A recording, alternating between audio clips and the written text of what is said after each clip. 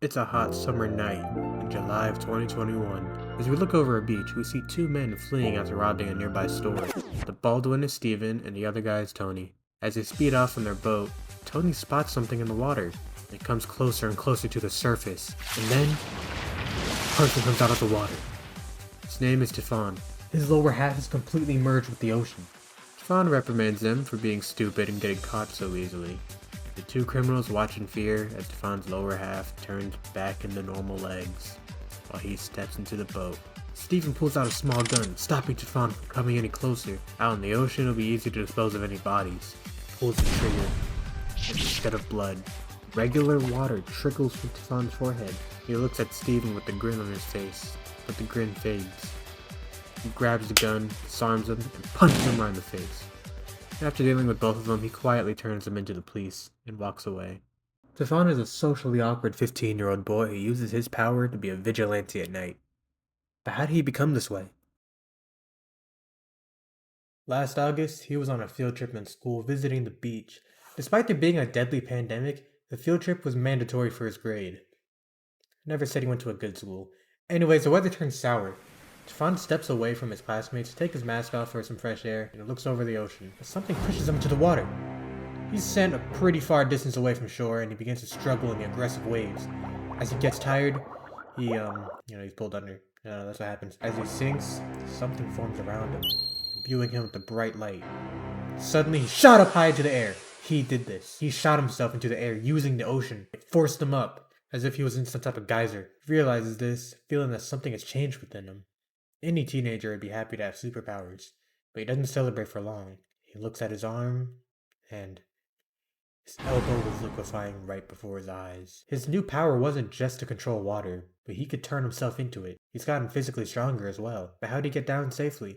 Well, besides his body splashing when he hit the ground, he could also surround himself with water and have it carry him around. Since he has full control of where it goes, he can basically fly. He doesn't have to worry about drowning or getting wet either, because, he has full control over it. Fast forward a year to August 2021, he's flying over the city, approaching a nearby park, when suddenly a fireball goes past him. He stops and looks down. Below him is a girl who looks to be about his age, holding up her hand. The girl throws another fireball at him, but he catches it, causing it to be put out. He met another person with powers, one who can't even hurt him. He lands on the ground in front of her. "Why'd you attack me?" he asks. "Just following orders," she says. She lights her hand up, but Tifón quickly shoots his hand forward and blasts her with a huge stream of water.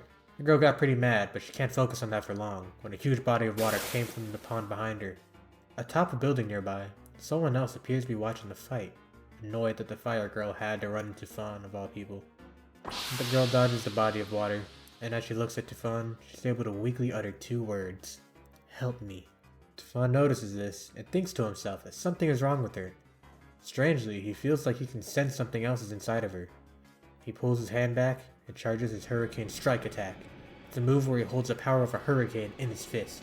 Does something he never thought he'd do, and hits the girl right in the stomach. She falls to the ground, and a weird sort of essence rises out of her.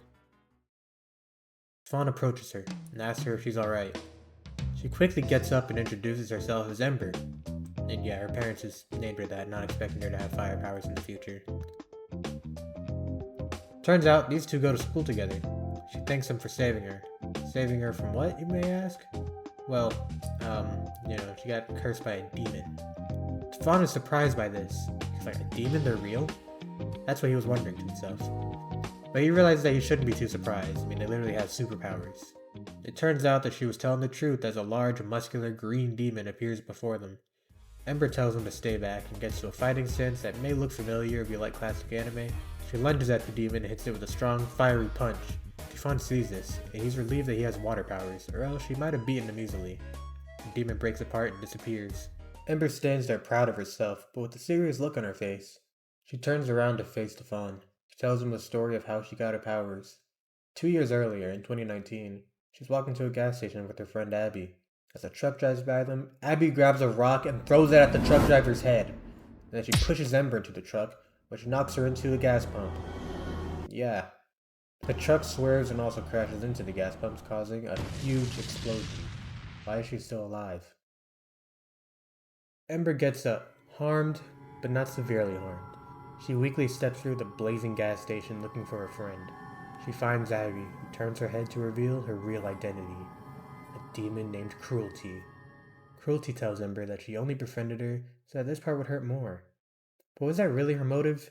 Something comes over Ember. Her hair turns to a large flame and she screams out in anger, fire surrounding her. Cruelty's taken aback, but then she decides to spare her. She opens up a portal behind her and leaves. Back in the present, Ember tells Tifón that she'd been targeted by demons ever since then, and now that they made contact, Tifón will have to deal with them as well. We see who was looking at them from atop the building earlier, and it's no other than Cruelty. A few days pass, and Tifón is leaving school with his friend Chikara. Chikara is about a year younger than him. She's pretty aloof, and Tifón's his only friend. They share a lot of interests like anime and games and stuff. Coincidentally, so does Ember. Speaking of Ember, she runs up to Tifón and Chikara, excited about something. But what's she excited about? She found another person with powers like theirs. I guess this is a good place to stop for now. Do you want to find out what happens next immediately? Well, you got a few options. 1. You can click the first link in the description to read the rest for free on Webtoon. The first 17 chapters, which covers the first story arc, have been fully remastered to have updated art, and it looked terrible when it came out.